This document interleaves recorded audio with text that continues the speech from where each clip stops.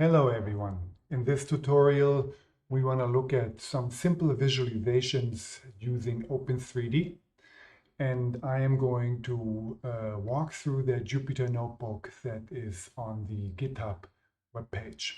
If you navigate to that directory called visualization, you will see that there is a Jupyter notebook called Point Cloud Visualization with Open3D. This is the one that we are going to work with today. Before you get started, you will need to activate that conda environment. So you type conda activate pi3 PC, our point cloud environment. You see that the top left panel has changed to that environment, and now you can use either Jupyter Lab or Jupyter Notebook to open up that environment. So I am starting that environment, and eventually it opens up in your web browser. I'm using Jupyter Lab, but it's up to you what you end up using for this notebook. You can also copy and paste the individual windows into a Python interpreter. So this notebook deals with a quick introduction, a quick and short introduction into Open3D, and I just want to explain a little how you can get data from an LAZ file into Python or into a NumPy array and work with this.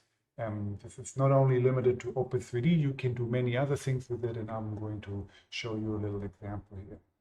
Okay, so the first step is to bring in the relevant Python modules. So I'm just bringing in things that I usually use. NumPy is always one thing that I like to use, and I'm also bringing in a way to plot or visualize data.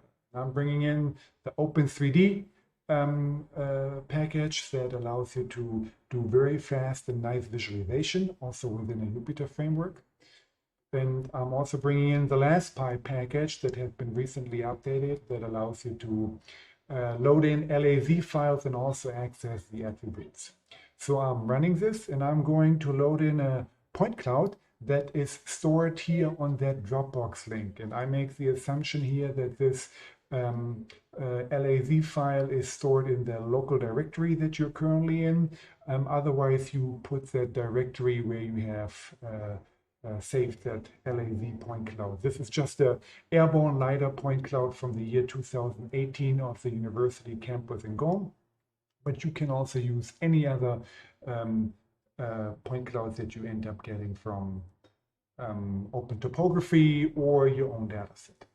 So the way to bring in and access LAZ files is using LAZPy read. So you're opening up that file. You have not loaded any data yet, but you can access the individual parameters. So for example, if you have everything stored in your PC1, point cloud 1 environment, so with PC1X, PC1Y, PC1Z, for example, you can extract the individual in scaled XYZ coordinates. So they are already scaled to the shift and the scaling parameter. You can stack them and you can transpose them so that you end up getting an array with the UTM-X, UTM-Y, and Z components here. This is a long array. If we look at the shape file, we see, or if we look at the shape of this array, we see that these are roughly 13 million points. We have XYZ coordinates for this. If we want to do a quick and dirty plot of this in 2D, we can just take the X component and the Y component, and I'm only plotting every thousandth point here, just to get a quick view of what these data look like. And this is a clip that we produce for the campus GOM, and you can nicely see the spatial arrangement of this. If you would like to access other attributes that are stored in the LAZ file, you can access them, for example, by adding the classification tag to it. So this gives you, for each point, the classification value. So again, here you would have 13 million points. These data, by the way, have been classified with a LAZ tools, LAZ ground environment. So if we would like to know what classes are in our data set, we can just take the unique value of all classification points, and we end up seeing we have class 1. That's the class that has been attempted to classify, but no class has been found. Class 2 is a ground class. Then we have vegetation, buildings, and some noise. We can also say, let's get a subset of the data and only get our points that are actually ground points. So this is a nice combination of NumPy array commands here. So we are taking our XYZ, that's the XYZ coordinates, and then we say, give us only the points where the classification is equals to. So this will be a nice subset of these data. If we look at the length of this data, so now we would have loaded roughly, 6.7 million points out of the 13 million points, and we would only have the ground points. So that's a quick way of accessing this. And of course, you just would have them in a NumPy array, and you can do many things with it. Let's say that you would like to access the intensity values.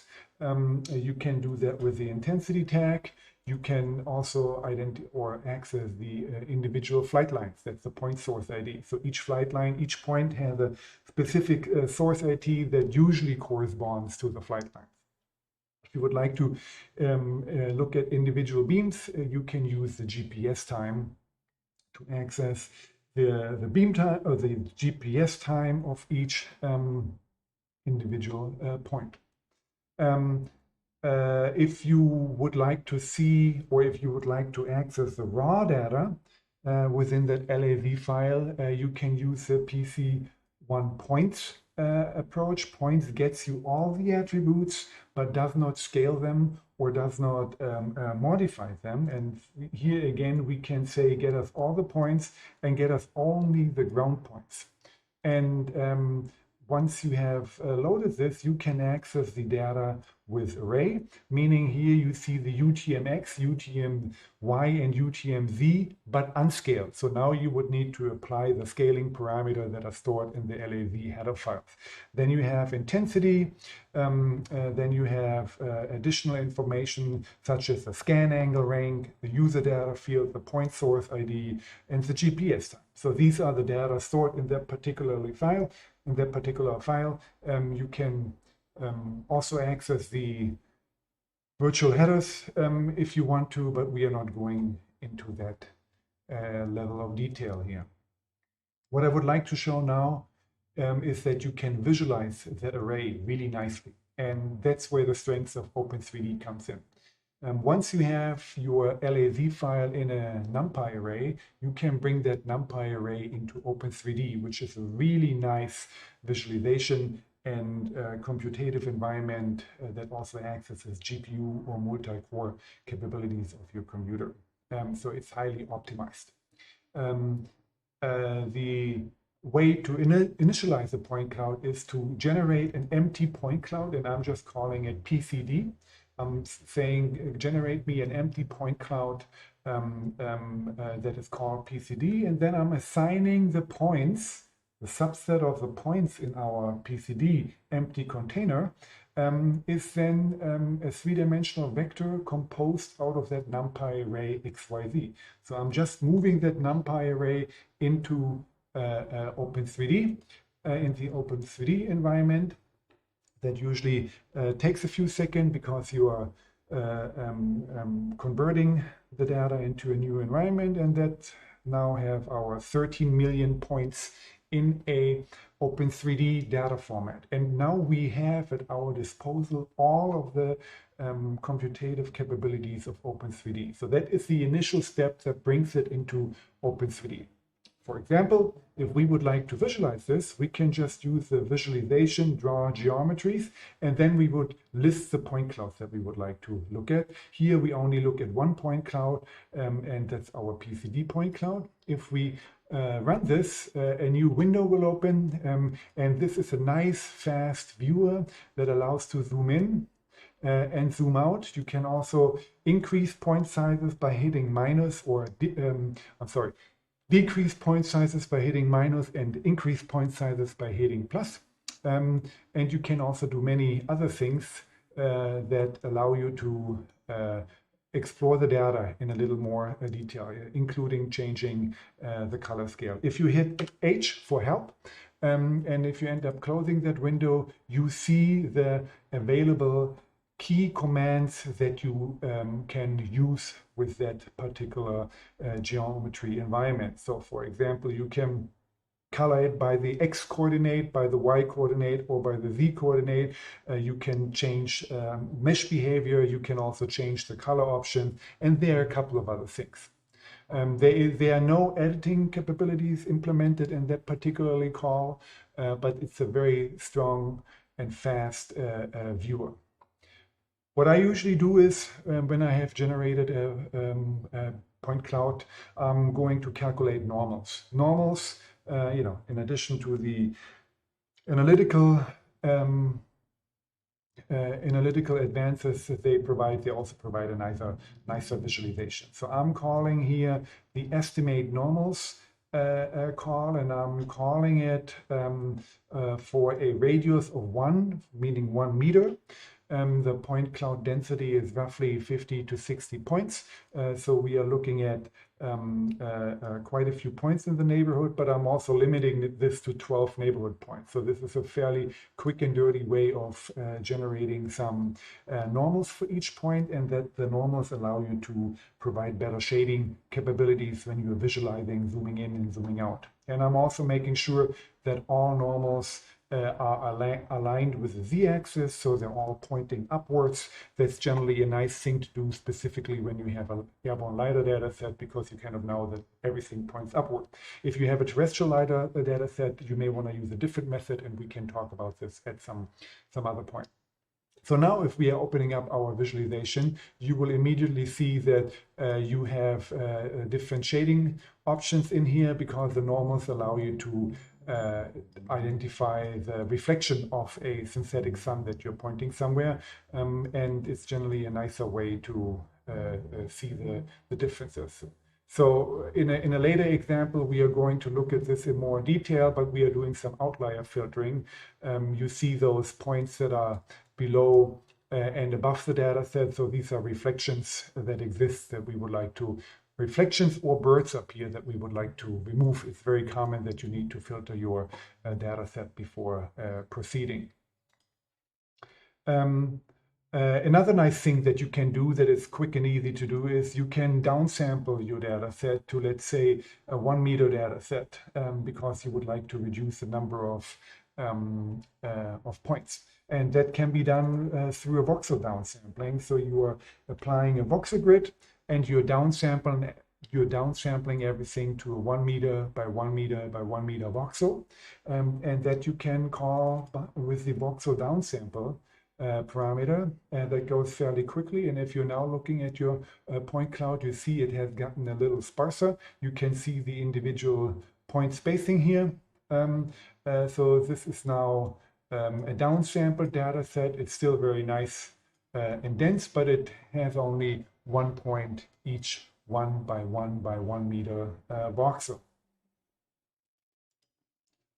Okay, I would like to present you with some easy tools that help you to improve the visualizations. These are common things that we like to use when we work with point clouds, and you can generate your own set of functions that just help you to visualize things. And I'm presenting 3 functions here, short functions that use Open3D and allow you to, for example, look at 2 point clouds. If you have 2 point clouds and you would like to draw those 2 point clouds in separate colors, for example, when you're looking at an ICP registration, or when you would like to see how 2 point clouds differ, it's kind of nice drawing them in a separate color. So each point from one point cloud has one color, and each point from another point cloud has one color. And I'm choosing here the point clouds or the colors orange and cyan, and I'm painting them with a uniform color, each of those point clouds, and then I'm visualizing them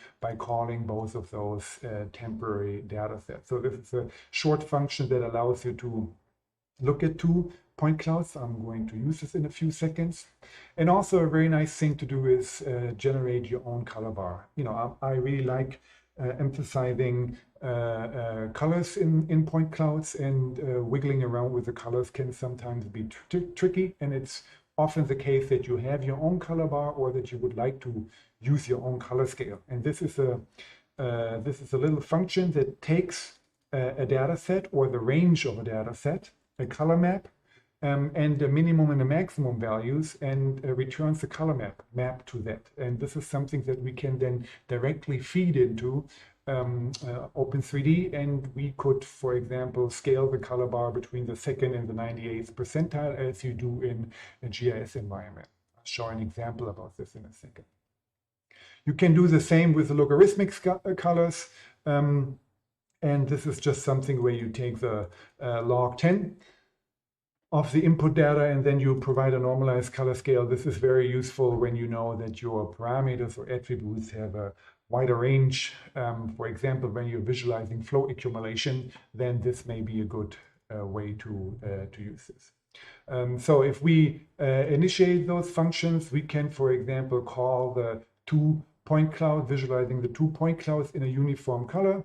And I'm calling this on the original full resolution point cloud, and the second one is a downsampled one to 1 meter. So if I'm zooming in here, you clearly see that there are many more orange points than the cyan points. So the cyan points are the downsampled version, and the orange point is a full resolution data set. So this is something that is nice and quickly visualized. If we want to generate our own color scales, we can, for example, pass the Viridis color scale. And what we can do is we can access our coordinates, XYZ coordinates, with a points option. So if we call our Open3D point object and call it with points, we get the output that we have 640,000 points stored in there, and we can access them by calling NumPy as array. So if I'm calling NumPy as array, I'm converting that memory instance into an array, and I'm having again my XYZ coordinates in here, and I'm using those. I'm particularly using the 3rd row here to calculate the percentile, the elevation percentile. So I'm using the getColors function that we defined up here, and I'm I'm getting the 3rd or the Z component, the 3rd row here. Note that NumPy always starts counting at 0. So the first column is the 0th column, the second column is the first column, and the 3rd Z column we access by (2). We provide the color scale, and then we are scaling it not by the maximum elevation in the data set, but by the 2nd and 98th percentile. That usually adds a little bit of contrast and is a nice thing to remove outliers, because often you have outliers, very, very high, very, very low points, and you would like to focus the attention on the majority of the data set and not those outliers. So calling this then allows us to visualize our point cloud in a Viridis color scale, and now the color is scaled pretty much from the ground to the higher elevations, and you clearly see the buildings, the highest buildings. These trees are standing on a little hill, and the outliers do not influence the color scale much. So this is a nice way of visualizing your data with a custom-made color scale. If you don't like the Viridis color scale and you would like to use, for example, the terrain color scale, you end up getting a very different view of things, but the underlying idea and method is the same. The last example that I would like to do here is provide an example of how we can use a KD tree to visualize the point density. I'm not going into the details of a KD tree. I make the assumption that you're familiar with a KD tree and the underlying algorithm when working with point clouds. Using the CKD tree implementation here that is included in SciPy Spatial, and I'm getting my array from the 1 meter data set. I'm just using the voxel downsample data set here because otherwise it takes a while. If you would like to use the 13 million points, you can of course do this with a full resolution point cloud. It takes about 30 to 40 seconds to calculate that KD tree. For the 600,000 points, it only takes a few seconds. So this is why I'm using this in this walkthrough here. So what am I doing? I'm calling the CKD tree. And I am querying my CKD tree with the points itself. And I'm saying, give me all 24 neighbors. And I'm providing the parameter of -1, which means that use all available cores. So this is a nice implementation of the KD tree that goes really, really quick. And that provides you with a distance and an indice output. And the distance is for every, we can look at this, the distance is for every point, the distance to the 24 neighbors. So the first distance is always 0 because it is the point itself. And then you go to the next point, to the next point, to the next point, and the distance is given here in meters. And I'm going to use that information and get my maximum distance for all points. So for each point neighborhood, I get the maximum distance. And I'm assuming that I can draw a sphere. I can draw a sphere at each point, and I can measure how many points are in my sphere. So I'm looking at a three-dimensional point density that takes the volume of a circle, a sphere. I make the assumption that you're familiar with it. R to the power of 3 times 4 over 3 times pi is a volume of a circle. And I'm using that volume and I'm giving the radius the maximum distance because I have 24 neighbors, I'm taking the maximum distance and I'm essentially using that as a volume, and then I'm dividing it. Then I'm using the numbers of points and dividing it by the volume because then I get the numbers of points per volume.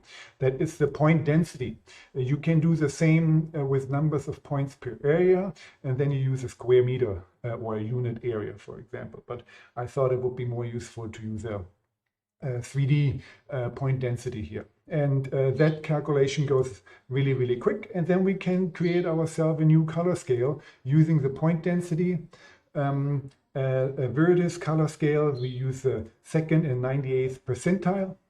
I'm adding that color then as a new vector, and I'm using the RGB values of this, and I'm visualizing this with Open3D. And what you see here is the color scale varied, or the color scale showing the point density, and you see that particularly vegetation has higher point densities because you have a higher number of points in the distance of 1 meter. And this is not only the distance along the vertical axis, it's the 3D distance in that sense. So everywhere where you end up having a higher point density can be visualized like this very nicely. And you also see that flat terrain here has the lowest point density because you only have point along one axis, whereas in vegetation and in other areas you have points in different axes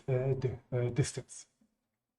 So this was a very short introduction to visualization and some custom-made color scales in Open3D, and I would be happy to discuss these things during the tutorials and lab exercises that we end up doing in person.